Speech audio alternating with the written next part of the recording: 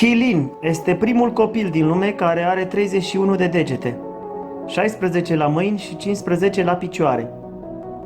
Din fericire pentru el și din păcate pentru judecătorii de la Guinness World Record, Qilin va fi prezentat în ultimele zile pentru o intervenție chirurgicală, care va reduce semnificativ numărul de degete și îl va ajuta să se întoarcă un copil ca oricare altul.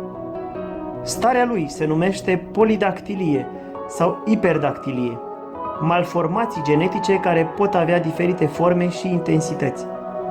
Din fericire, un astfel de disconfort nu afectează grav viața celor afectați.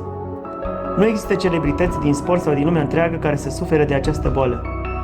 De aceea, Qilin este cu siguranță una dintre cele mai rare cazuri văzute vreodată.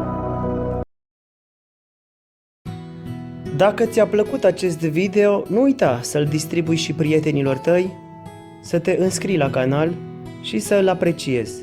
Mulțumesc! Pe curând!